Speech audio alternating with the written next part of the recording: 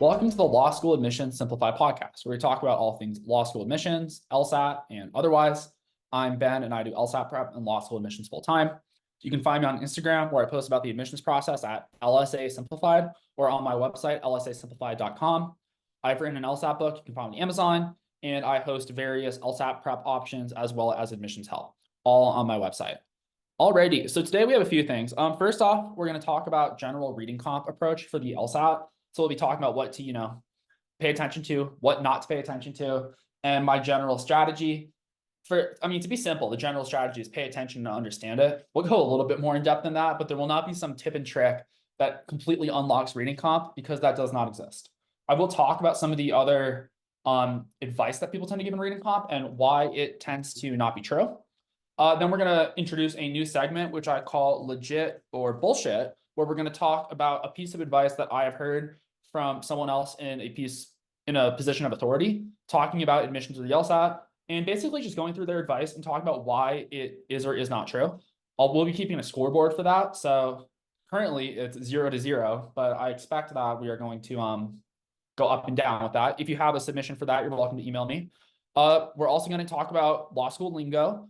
In the admission space, there's a lot of terms, jargon that gets thrown around, so we'll go through that. We'll also read a diversity statement that someone submitted, and we will wrap things up there. Okay, so first off, today we're talking about reading comp.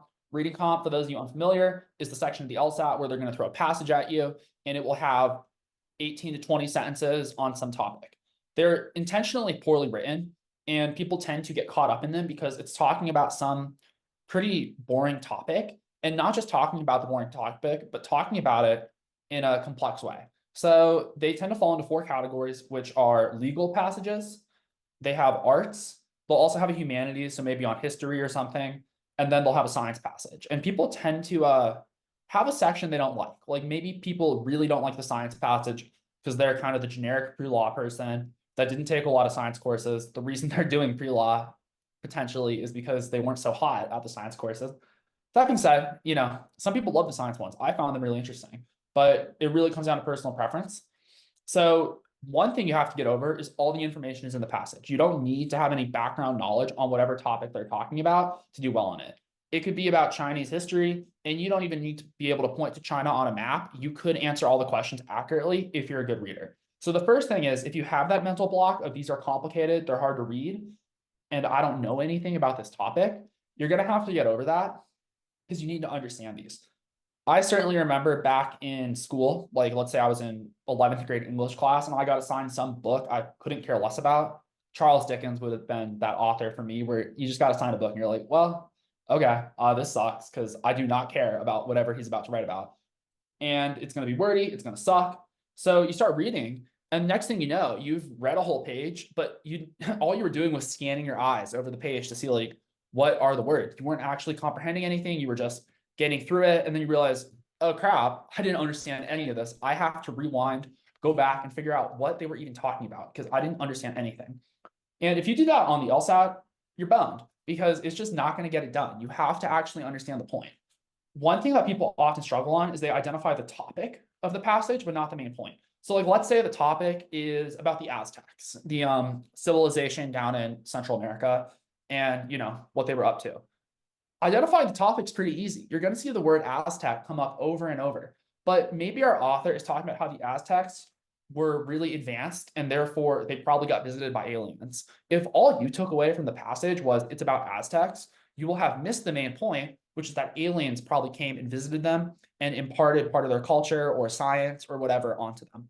So on this reading comp, I like to ask why, not just what. People tend to be pretty good at identifying what the passage is about, like we just talked about Aztecs, but the difference between people that score pretty bad on reading comp and people that score higher is being able to identify why. And the why there would be they got visited by aliens. So you can't just understand the topic, you have to go deeper than that. With that, you can't allow yourself to not understand.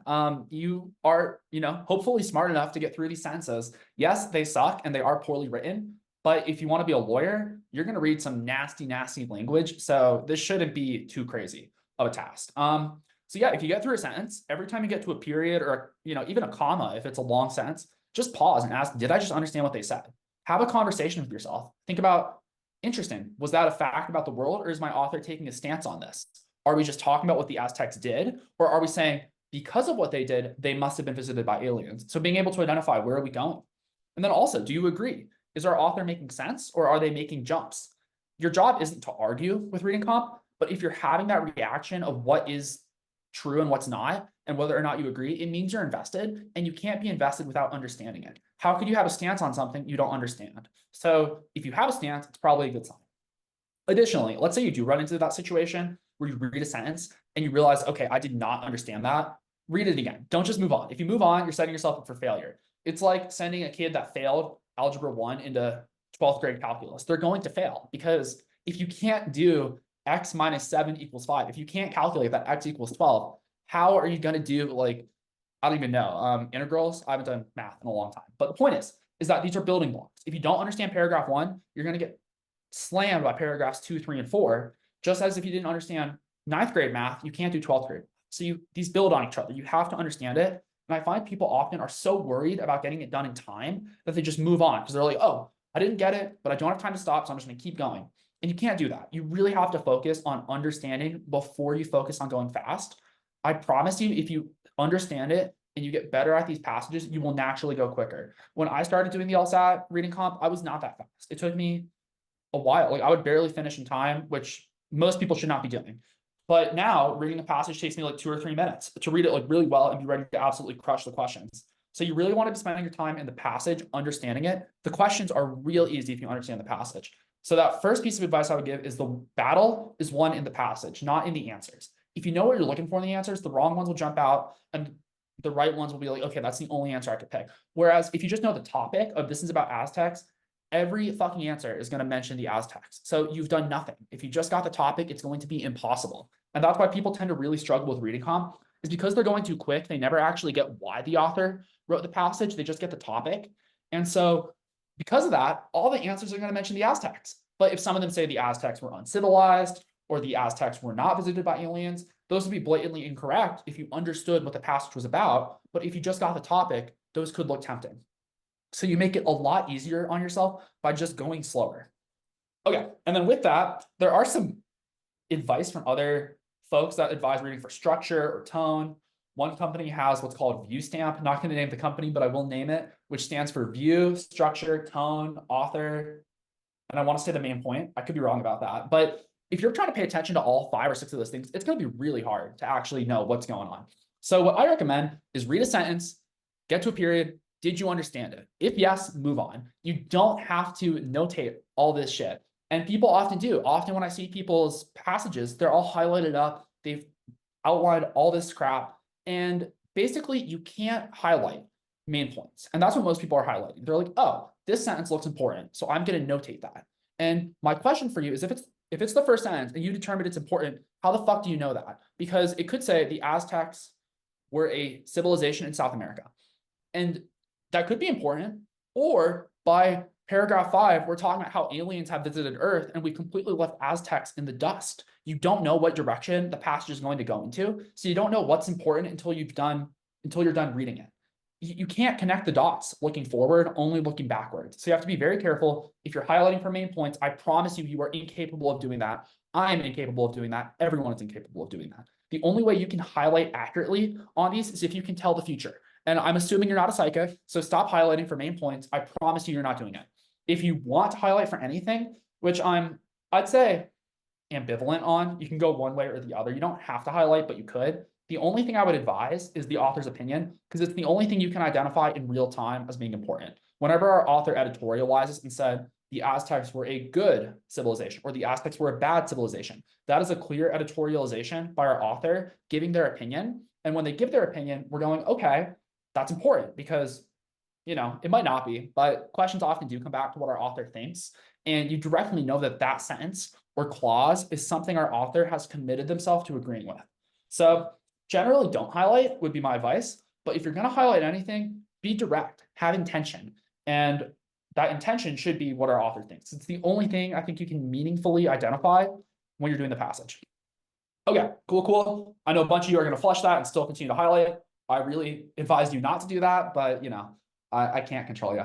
just even if you're skeptical about like whether or not that works, give it a shot. Like see how it goes. And hopefully you see that pretty quickly.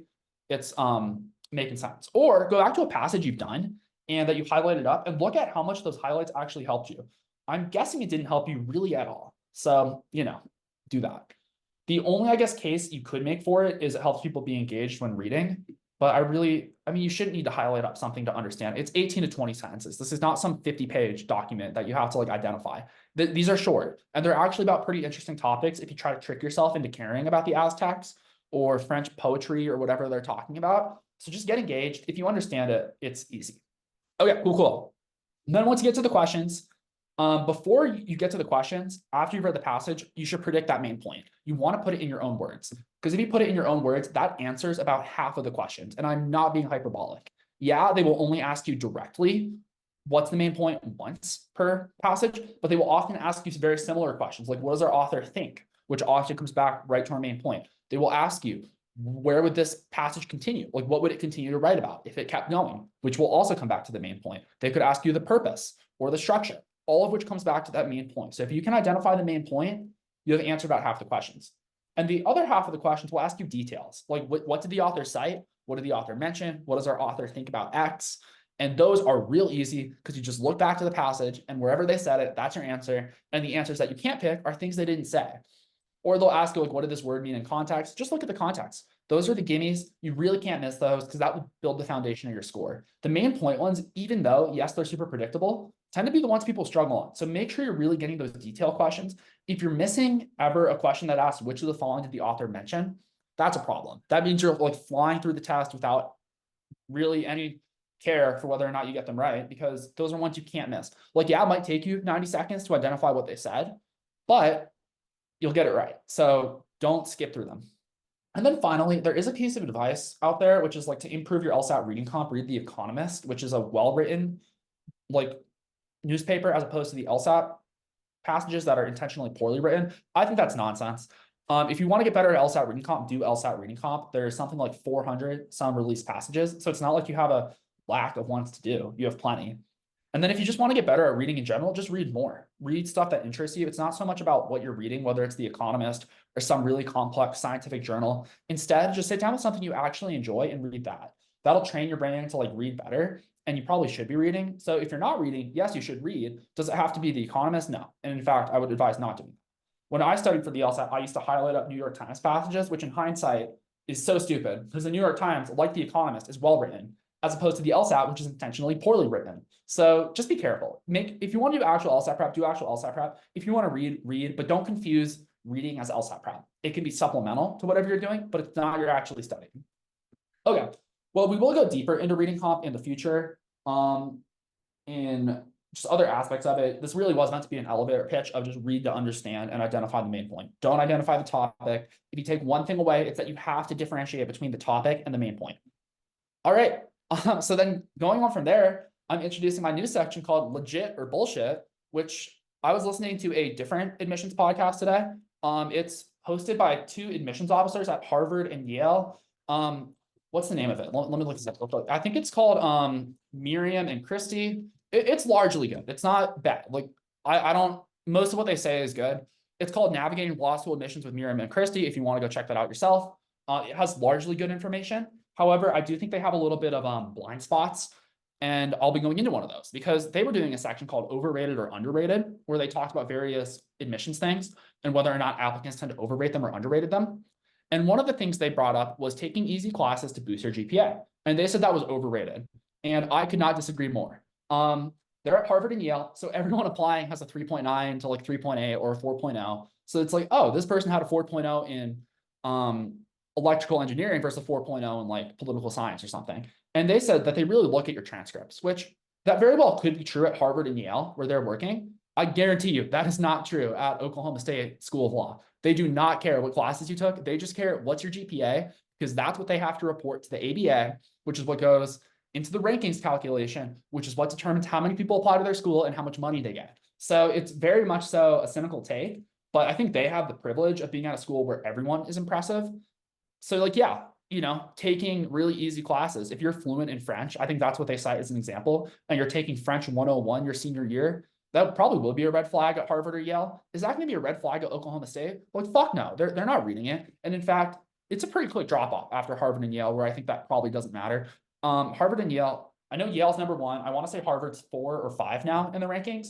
I think it's by school like 6. They really don't care what your classes are. Like, yeah, are they looking at your transcript? Sure. But are they really going to turn you down because you had a 4.0 in poli-sci versus a 3.8 in engineering? Like, no, the 4.0 in poli-sci is technically a higher GPA, and that's what goes into the ranking, which determines whether or not they catch Harvard. And for what it's worth, Harvard used to be number 3. They're number 5 now. Other schools are catching them. Chicago caught them. Who else jumped them? I think it's Penn. I want to say Penn, or maybe it was Columbia, NYU. I don't know. The rankings change a lot, so I don't say that on top of it. But I know that Harvard's getting leapfrogged by these schools that maybe don't care. So maybe Harvard is true, and they really are looking at the classes on your transcript. But if they're doing that, they're getting punished in the rankings, because schools that are willing to play the game and not care that you took French 101 as a senior are going to pass Harvard in the rankings because they are doing it. So I think everything they said, like, I don't think they were intentionally trying to deceive people. And it's probably true from their experience that they do really look at people's transcripts. I'm skeptical that that holds for admissions more broadly. So yeah, at Harvard and Yale, probably a bad idea to intentionally pad your transcript with really BS classes. They're going to sniff that out. But if you're applying to like your local state school, or even schools at the lower end of kind of the elite schools, like the Vanderbilts, the Georgetowns of the world, I really don't think they care. I really think they're just so careful. They really either want to stay in the top 14 or they want to get there. And the way they do that is not by rejecting 4.0s that padded their grades. The way they get there is by not caring. I mean, the way they get there is actually by rejecting 3.5s that, you know, were at service academies like West Point or the Naval Academy, which have really hard grading systems. But technically, it hurts their ranking to admit those people. So, you know, once again, I always come back to a very realist take on admissions and looking at the incentives. I think it's correct. And once again, I want to make it clear, I don't think that they're lying from their perspective. I do think that Harvard and Yale have different standards, but they're talking about admissions very broadly, talking to everyone. And yes, this is probably true at the Harvard, the Yales, the Stanfords. Is it true at even like Duke or Michigan? I don't know, maybe, but I'm skeptical. Okay, cool. Well, that's that. So actually, we won't say that's BS because okay, we will say that's BS because it is BS for most people. Functionally, for Harvard and Yale, I'd say it's probably true. Though there's a pretty quick drop off, so you know, it is what it is. And if anyone wants to go deeper on that, just shoot me an email and we will evaluate even further. Alrighty, we are also talking about law school lingo. There's a lot of various terms in law school admissions and law school that get thrown around. I won't go through the law school ones because this is very admissions based. Once you get to law school, this podcast will probably be behind you. But for admissions, you might hear 1L, 2L, 3L. That just refers to your year in law school. If you're a 1L, you're a first year. If you're a 2L, you're a second year. If you're a 3L, you're a third year. Fairly straightforward, makes sense. I've also heard people refer to themselves as 0Ls, which are applicants. Just call yourself an applicant. It kind of seems silly to call you a 0L, but I mean, you could, I guess. There's nothing wrong with it. It just seems overly complex. Alrighty, well, that was quick. So let's dive into the diversity statement I got submitted to me. So I will read this. I will go through it. We get a little bit more leeway in diversity statement to talk about what happened to us rather than what we did, because the goal of the diversity statement is to just talk about what perspective you bring that is different from the average applicant. People often write about, racial identity is the most common because it is one way to bring diversity. And it's the one we most often think of as just colloquially. When we say diversity, you think about how people look. And so that is one way to do it, and it can be done very well. People also talk sometimes about like LGBT stuff, which once again can be done well. There's a lot of gay people. So if you're just gay, I don't know that I'd write a diversity statement. Like, yes, technically it is diverse. It's not that diverse though. You can do it well. You can also do it poorly. And then it doesn't have to be that. You can also write a diversity statement on something else. Like, for example, if you were in the military, that's different. If you were a D1 college athlete, you could write about that. Please, if you're D3, don't write it. I was not a D1 athlete either, but that doesn't mean that you get to write an essay about it. It has to actually be unique. I promise you, there's a lot of D3 college athletes at every school you attend. It's not as unique as you think. But you can also, send an idea of what you were thinking about writing about if you're unsure. And if you don't have anything to say, that's also okay. You don't have to be diverse. It's just one way to add to your application if you have a way. However, a forced diversity statement is worse than no diversity statement. So if you don't have anything to write, that's okay. Just don't write it. That's totally fine. Okay, let's dive into this one. So they open by saying, I vividly remember the beginning of my senior year in high school. So I don't love that. I want to quickly get into how you're diverse.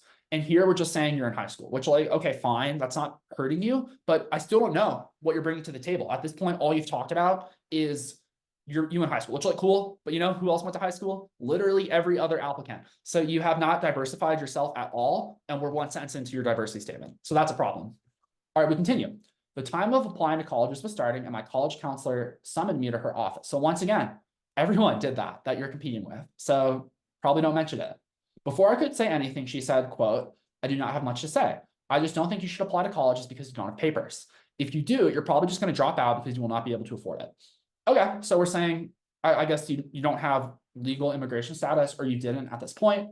And this person's saying, don't even bother, which I would just lead with that. Lead with a sentence that says, I am, or when I applied to college, I was not a legal US resident or something. Law schools tend to be very progressive, and they are not going to like report you to ICE or anything. So you're fine. You don't have to worry about that. Actually, maybe I shouldn't say that because like I don't want to be the reason someone gets deported. But the point is that like your law schools are not going to discriminate you for that. Discriminate, yeah. So you know, you could say either way, lead with it. Don't wait to get there. Attack. Point out how you're diverse. Sentence 1, and then you can add all this background info. Maybe I don't know that I would talk about being in high school, but the point is you really want to aggressively get in how you're diverse. Sentence 1, so that if the person reading your application gets interrupted by a phone call, they're not like, oh, what do I know about this person? Well, I know they are in high school, because like that's not diverse. You want to get to the point, and the point here is how are you diverse? So lead with that. Start there. All right, continuing. I was heartbroken and felt hopeless. That's fine. I did not have the means to pay for school, but I knew that I was not going to let my immigration status stop me from pursuing higher education. Also fine. I sought help from another college counselor that guided me with the right steps to apply to college, and also provided me resources to apply for scholarships that eventually paid for some of the first year of college. So yeah, I mean, this is fine. It's not that diverse. A lot of people do scholarships for undergrad. I would probably lean more into your immigration status and less into your college process, because a lot of people can't pay for college. In fact, the minority of people have parents that just pay for it. So, you know, just keep that in mind. Well, I was accepted to different UCs, which are California schools, and private universities. I decided to attend California State University, Long Beach, because it was a more fitting financial option for me. Okay, yeah, so I would rephrase how you say it. You say, I would just say it was cheaper instead of it was a more fitting financial option. When possible, use fewer words. That's just a rule for everyone. If you want general writing rules, look up George Orwell's Rules for Writing. In fact, we'll have to go through that in a podcast episode because it's very good writing advice. And people often try to write fluffy, but short sentences are good. You want short words. Never use a long word when a short word will do. So yeah. Alrighty, continuing. So far, first paragraph. It's fine. A lot about your college application, which is fine. And I would probably steer away from that and talk more about your immigration status, because that's, I think, more what's diverse. Being not poor, but not having like your parents fully covering college. That's true of nearly everyone you're applying with. So it's not diverse. And once again, with the diversity statement, we want to focus on how you're different, not how you're the same. Which immigration status is, like that is different. So that's fine. All right, let's continue. In order to afford tuition and personal expenses like rent, I mean, you can just cut personal expenses. I would just say like, in order to like afford tuition and rent, I worked between 50 to 60 hours a week during the summer prior to starting at CSULB, and continued to work while being a full-time student in the fall of 2009. Okay, so yeah, that's fine. Working a lot is good. Once again, not super different. I would lean more into the immigration status. You could have a slight thing about how you had to work full-time because you didn't have financial resources. Once again, not having a lot of money is fairly common. Instead, I would steer into the immigration stuff. All right, continuing. I managed to get through my first year. However, I was forced to take an educational leave during the fall of 2010 because I was unable to complete my tuition payment. Yeah, I mean, that's very passive. I was forced, I was unable. You want to be very careful with stuff like that. Not that it's just, you know, soft writing. So I would run that through Grammarly. It'll catch that. And then additionally, you just want to, you know, take accountability for anything. Like saying you were forced to take a leave of absence, just say like, I took a leave of absence. It's not a bad thing to say I took it because I couldn't afford it. That's totally fine. They're not going to blame it on you. But when you say I was forced to, it almost sounds like you're putting it on the school or other circumstances, and you're taking less accountability. And as a general rule in our admissions package, we always want to be taking accountability for everything. Even if it wasn't your fault, say it was. If you got caught cheating, or like, for example, in college, I got written up twice when I was a freshman for dorm parties, and I was not throwing dorm parties. My roommate was. But if I had to write a character and fitness thing explaining why I got written up as a freshman, I'm not saying, oh, it was my roommate, I didn't even want to throw the party. You just take accountability. You say, hey, I got written up twice for having too many people over on a Friday night. It was a mistake. I take accountability for that, etc. The last thing you want to do is say, oh, it wasn't even me, it was my roommate. Because then you sound like someone who's making excuses, and that's the last image you want to give. to these people. It's not the last image, being a rapist or a serial killer is worse. But the point is, you don't want to be giving the image of being a excuse maker, because then they're going to go, oh, what if so-and-so comes to our law school and can't afford tuition? Are they going to blame that on us? Are they going to become a dissatisfied, disgruntled person? So, just take accountability for everything. Even if it's not your fault, say it is. It's just a good general rule for life too. Don't put things on others. Take accountability yourself. Okay, continuing. During my leave, I continued to work endless hours to save for upcoming semesters, and I was able to return in the spring of 2011. Spring is capitalized, doesn't need to be. Spring is not a proper noun. You can lowercase that. But okay, sure, you're working. Once again, not what I focus on. Not that it's bad, just not diverse. I was hopeful that I could manage both, working and being a full-time student. And you have a comma there you don't need, so just clean that up. Grammarly will catch all that for you. I could not endorse Grammarly more. Get it, all of you. It's much cheaper than paying someone to read your stuff. Like, yes, pay us, and by us, I mean me, to help you. But with that, for just like writing, don't. Like, just do Grammarly. We're here for content, or we should be here for content. If someone's just catching your typos, I swear to God, it's so much cheaper just to get a software for that. Okay, so unfortunately, I had to withdraw from 2 classes because it became impossible for me to perform well in school and work long hours. Once again, we're putting the blame on something else. It's too hard. I have too much on my plate, which, like, yes, I'm sure that's true. I'm sure you're working crazy amounts. You said 50 to 60 hours a week. That's a ton. And you have school on top of that. But I wouldn't say it's impossible for you to perform. I would just say I had to withdraw. Like, when you say impossible, it almost feels as if you're putting the blame on your circumstances, which very well could be true, but we don't want that image. We don't want that when we're applying, because it could leave that sour taste of this person's a complainer. Whether or not that's true, that could be the impression you give off. So you got to be very careful with stuff like that. Okay, continuing. I attended school part-time in fall of 2011 as well and continued to work and save. Fine. I often felt helpless and upset, especially because other students did not have the same challenges. Yeah, I mean, it's very cliche, but everyone has their challenges. I would generally probably not say something like that. It feels very tunnel vision, where you're kind of looking at your situation and not considering what other folks are going through. I'm sure, yes, a lot of people do have it easier than you. People also probably have it worse. So just want to be careful whenever you say something about others. Keep your statements to you. Don't talk about other people. Just because it can come off as bitter. And I don't think that's what you're saying, but a skeptical reader could. And you don't want to invite the skeptical reader to attack you on any point. You got to be really careful in these components of your application. Okay, their struggles were choosing whether they would go on their next vacation from school or which school event they were going to attend. Cut all that. Just axe it. We don't want that in our essay. It became more apparent that my experience was different because of my inability to get financial aid and socioeconomic status. Yeah, I really wouldn't be focusing on your socioeconomic status. Focus more on not being able to get financial aid because of your non-legal immigration status. The fact that you couldn't fill out FAFSA and get student loans, so you had to pay for school in cash. Like, that's a real thing you can talk about. Talking about how the kids going to Cancun pisses you off, I wouldn't write about that. Focus on you, not on people you can't control. I knew, however, that if I wanted to complete my education, I had to continue on focusing on working to complete my degree. I would cut that as well. That's kind of redundant. We know that's true. All right, in the spring of 2012, I was able to enroll in school full-time after having saved enough money that allowed me to reduce working about 35 to 40 hours weekly. All right, so you're working less, good. Another thing to note is that these statements tend to be about 1 page. This is 2 pages already. So we got to cut down a lot, which we already talked about. I would focus more on the immigration status rather than the socioeconomic, and that should help get this down to 1 page. However, I was still not able to attend school events, participate in internships, or spend time socializing with friends or classmates. I was taking all my classes on Tuesdays and Thursdays to avoid driving to campus and maximize my time studying and doing schoolwork. Yeah, I would focus more on your immigration status. In addition, I was also managing my mental health. Never mention mental health in your applications, because the skeptical reader can go, oh, this person has mental health issues. Are these going to flare back up in law school and impair their ability to be a good law student? Like, yes, schools are not allowed to discriminate, but how easy would it be to reject this person and then just say, oh, it was for some other reason? It's super fucking easy. No one asks why they reject you. They can reject you for whatever reason they want. So technically, yes. Is it illegal? Sure. Can they do it? Absolutely. And there is no one to stop them. So don't mention anything mental health or disability related ever. People push back on that. Don't do it. It's not helping you. It's only bringing up objections. Once again, I don't care if you have these things under control now. Just don't mention them. It's not a point in your favor. If this were in court, you would not bring this up to help you. This would be a fact that the prosecution would bring up to get you locked up as a reject. So don't bring it in when you're the defense trying to get yourself admitted. It's not a good way to do it. Just cut all that. And that goes for basically anything disability-wise, whether it's health, mental health, physical health. Just are there exceptions, because things are not black and white, 100 and 0. Like, yeah, probably. Is this like a 99-1 situation? Probably more extreme than that. I mean, you're welcome to send your statement if you think you're the exception. I really doubt you are. Although I'm sure there's like 10 people listening right now that are like, I'm the exception. I'm almost certain you're not if you're having that thought. Like, it's possible you are. It is possible.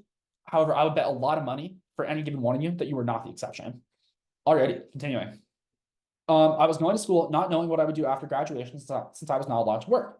Okay, yeah, that's fine. Talk about that because that gets back to immigration, which is what we care about. In June 2012, DACA was enacted and was the hope that I needed not only for my professional career, but also education. Cool. Yeah, good. Talk about DACA. Talk about being a DACA recipient. That's all really good info. As a DACA recipient, I had a better paying job, which resulted in reducing my work hours more. Sweet. Like, this is all good. Talk about this. Talk about how you were DACA. Don't talk about being poor, just because a lot of people are poor. It's just less diverse. And our whole point is to be diverse. If what you say in your diversity statement could apply to anything more than like 5% of the incoming class, it does not belong in a diversity statement. And I guarantee you like 30% of the class is low income. Are there a bunch of rich trust fund kids that come from like big law firms in DC? Sure. But also you don't want to be, hating on those kids either, because, they didn't do anything wrong largely. And earlier in your statement, you were talking about how they were going on vacation and they don't understand. And that might be true of some of them. In fact, I believe it's probably true, but you don't want to say that because you just don't want to come off as that. They haven't done anything to you. And yes, it sucks that you had a harder situation than they did, but there are also people that had a worse situation than you did and that can't even fathom the ability to attend law school. So you just want to be very careful with perspective on all that stuff. And sounding like you're complaining. Okay, so you were able to focus more on your education and bring your GPA high enough to graduate cum laude. Great fact. Talk about graduating with honors. Awesome, crushing it. That's way better. And then finally, we have our last paragraph, which is my personal experience led me to want to pursue a career advocating for the immigrant community for the past 7 years. Yeah, I would talk about if you've done like paralegal stuff or stuff like that, that could help. Just talk about how you want to advocate.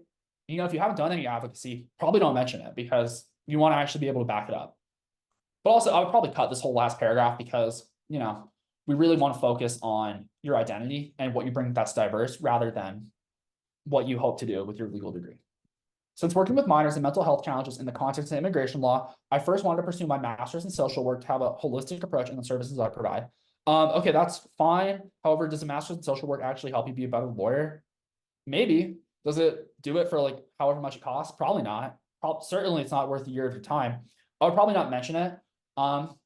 It'll be on your resume. You don't need to restate it. They know you have a master's degree. You don't need to talk about it. And it's really not much of a perk in your favor. So I would just cut that. But I'm leaning towards cutting this whole last paragraph for what it's worth for the person that submitted this. However, it was always my intention to return to my graduate studies as a law student. Okay, yeah. If you want to be a lawyer, it doesn't matter what you did. It's like, let's say you're Harry Potter and you go to Hogwarts. Does it matter if you have an MBA or a JD? It doesn't matter because once you go to wizard school, you're a wizard. You're not an accountant. You're not a lawyer. You're a fucking wizard. And that's kind of how law is. Any degree you have other than a JD is kind of useless. Other than your bachelor's, which you need to get in. Well, if you have an MBA and you're a JD, and that's probably the most useful. Still not that useful though, because you're not doing business. You're a lawyer. You're going through contracts. You're doing all that crap. You're not running spreadsheets in Excel. So I don't know. Like, people tend to, I'd say, overestimate the value of their graduate degrees. Just be careful. Like, do they help? Sure. Are they worth 1 LSAT point? Probably not. So be careful with them. People really often think they're like, oh, I have a 150 LSAT, but I have a master's. Will I get into Harvard? It's like, no, they won't even read your application because that's so far below. Even if you have a 165 and a master's, Harvard don't care. So just be careful with those. They're often overvalued, in my opinion. All right, so my MSW provided knowledge on ways to prevent vicarious trauma, along with techniques to approach sensitive cases. Yeah, cut that as well. I want to continue using these schools and be the lawyer that immigrant children in our community need. I believe that blank law schools program will equip me with the skills and knowledge necessary to be a lawyer, while allowing me to keep my employment and take care of outside responsibilities. All right, so I'm assuming you're applying to part-time programs. Yeah, just cut all that. You don't need this lofty conclusion. Schools get to their own conclusions. They understand that if you're a DACA recipient, you've gone through all these experiences and what that brings to your class. You don't need to tie this all into this broader narrative. You can when it makes sense, yes, but here, I would say as a general feedback, just cut all the socioeconomic stuff and then lean into the DACA stuff and how that affected your education stuff. Like how, if you had to take time out of school, say because of your immigration status, you couldn't get FAFSA money. So you couldn't take out loans like the average kid could. Let's talk about that. That'll be more powerful and hence make you a better applicant. Alrighty, cool. So that is the agenda for today. We're not going to take a visit to Reddit. We will be doing that in the future though. 'cause I think that's a fun section. But yeah, so if you want to hear about anything LSAT or admissions related, or have your statement read on the show, you can send an email to ben@lsasimplified.com to get your question on the agenda. It can be anything, really anything can go. Just email me. I definitely need more content, so I'm happy to go through those. While I have a lot to talk about, it's easy just to talk through emails. And if you have something, I will blabber about it, and that's always fun. Also, I don't advertise the podcast, so tell a friend. Let's help grow this. It is one of those things where I'm happy with how it's doing already, but also, I know it can be better. I think I have a lot of good info here, and I'm always open to going deeper on any of my points. So it's a good resource. And because of the small size, because currently I'm not that large of a podcast, if you do email, you'll get your question answered and on air. So you are in early. Hopefully it's at a point one day where I can just reject people and be like, get lost. I have too many emails, but we are not there yet. We are not even close to there. So if you have a statement that you want on the show, send it over. I guarantee you it will make it on at some point in the coming weeks. And yeah, otherwise, thank you for hanging out with me, and I will see you next time.